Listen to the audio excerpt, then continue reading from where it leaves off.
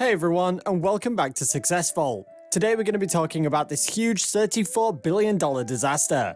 Make sure you stay until the end so you don't miss out on just how fraudulent this strategy is. Background: a relentless Tesla rally pressured General Motors and other legacy automakers to catch up. The fundamental story for the electric vehicle market in 2020 has undoubtedly been Tesla's relentless demonstration and perseverance, which recently ended in the company being valued with a market cap of over $400 billion at its peak.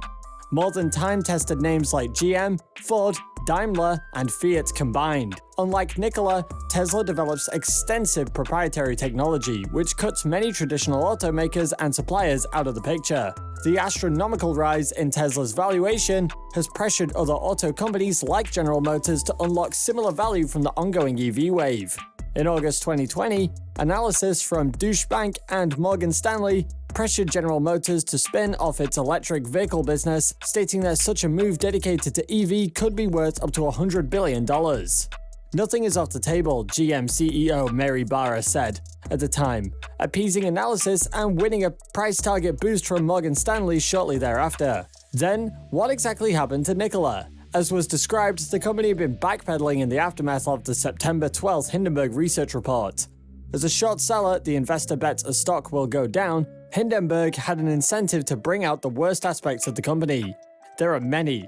Most egregious, Nikola admitted, it had staged a demo and shot video, Nikola 1 in motion, of the Nikola 1 tractor, the cab and the propulsion system of an 18-wheeler rolling down a hill, seemingly under power. Actually, it was just rolling down a hill, as trucks are meant to do when you take your foot off of the brakes.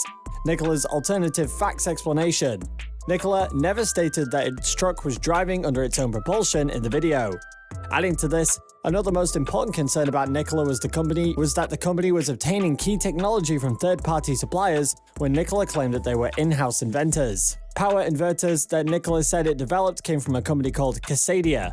The Nikola Tre tractor was a non-working Nikola 1 with H2 and zero-emission hydrogen electric painted on the cab, the Hindenburg report says.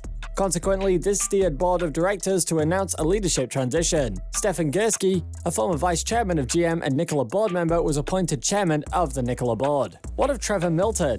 Trevor Milton, in the span of just a few weeks, went from being the youngest newcomer on Forbes' 400 billionaires list to abruptly stepping down from Nikola Corporation, the electric hydrogen truck creation he initiated amid allegations that the company is an intricate fraud. This change came about 10 days after a financial research firm that had taken a short position in Nikola. Hindenburg Research issued a detailed and scathing report that alleged Milton committed a number of fraudulent acts to help the company achieve its $20 billion valuation. Milton and Nikola contested the firm's allegations, but not all of them. And in one statement, the company did admit that it rolled a non-running truck down a hill for a misleading in-motion video ad released in 2018. The US Department of Justice and the Securities and Exchange Commission have both since opened investigations into the company. Nikola is truly running in my blood and always will be, and the focus should be on the company and its world-changing mission, not me, Milton said in a statement. So I made the very difficult decision to approach the board and volunteer to step down as executive chairman. Founding Nikola and growing it into a company that will change transportation for the better and help protect our world's climate has been an incredible honor. Milton and Nikola, who just recently were respectively seen by many as the next Elon Musk and as a startup poised to jumpstart the nascent EV truck market, were glowing in the awesome reversal of the fortune. Milton founded the company in 2015 with the goal of making hydrogen and electric-powered semi-trucks for long-distance hauling. It also unveiled the Badger, a passenger pickup truck it said could get 600 miles of range on an FCEV/BEV battery blend and do 0 to 60 miles per hour in 2.9 seconds. Briefly during the summer months, Nikola emerged as the poster child of a new generation of EV startups, scoring massive Wall Street valuations on the heels of Tesla's stock price skyrocketing past every other car company. It went public with an SPAC, an old Wall Street tool that's big again in the electric car world, gaining a valuation of $34 billion early on. Things picked up from there when Nikola announced a strategic partnership and investment from General Motors earlier this month. Regrettably, matters quickly unraveled from there. While Hindenburg Research openly admitted a short-selling position in Nikola, it alleged that much of the company's so-called proprietary vehicle technology was not its own. That prototypes used in promotional materials were not actually functional. that the company exaggerated the number of reservations it currently holds, and that Milton's brother was placed in charge of building out the company's hydrogen infrastructure, despite his most recent job being a contractor in Hawaii. More questions were raised and then put to rest during the process, of Milton and his team refuting Hindenburg's claims, albeit they did not dispute all of them. For GM's share, it says the deal with Nikola is still underway, and that it did all proper due diligence on the deal before it happened.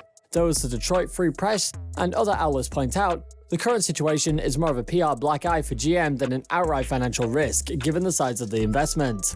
Now, Nikola will have to deliver on that deal and demonstrate to GM it has a viable future, but regrettably, it must do so without the man who started it all. If nothing else, the situation is further proof that the EV startup world is often built on shakier ground than Wall Street investors with dreams of easy Tesla-level money would like to admit. Making cars is hard. RECONFIRMS plans. In an announcement earlier on Wednesday, Nikola reconfirmed plans to build the semi-trucks. It intends to test its battery electric Nikola Tre semi-trucks in Europe by the end of this year, followed by production in the fourth quarter of next year.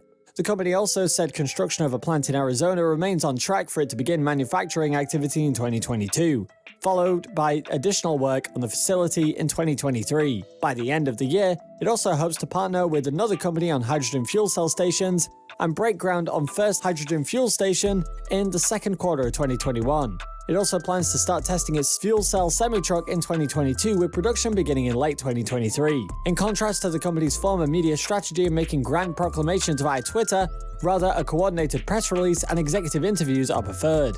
It's something investors should continue to expect going forward, according to these executives. Exit strategy? Subsequently, once the Hindenburg report revealed the false claims that Nikola Motors stated JP Morgan Chase somehow reiterated its buy rating. This made one aspect very clearly understood. Chase was in on the fraud. JP Morgan owned Nikola stock and still owns it today. As a result, it would be in their best interest to reissue a buy rating on Nikola stock for them to profit. In addition, the response of GM was similarly one-sided. GM CEO Mary Barra claims that she did her own due diligence and is now requesting more stake in Nikola.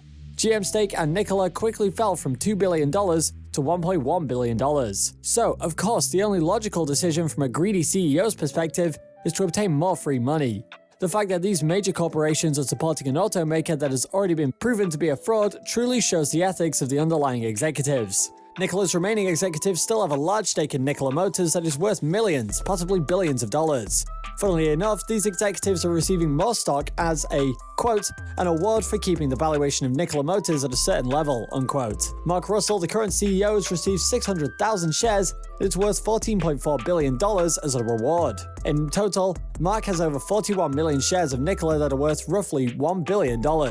Yes, you heard that right, $1 billion. Kim Brady, the CFO of Nikola, has $7.6 million worth of stocks as of this moment, and Britain Wathen, the CLO, has $7.2 million worth of stock. Yes, this stock is worthless to them right now because they cannot sell their shares until December 21st, which is when the lockup on the shares expires. A date to remember, December 21st. As all these shares would come flooding out of the market, and the valuation of Nikola would literally go downhill. All these nuclear executives and shareholders are desperately waiting for December 21st so they can dump their shares on the open market and run away with hundreds of millions of dollars. Nikola executives have another strategy they seem to be putting into action. It is to stay away from the media. From a retail or institutional investor's perspective, if Nikola is not in the media, this means that they are focusing on delivering.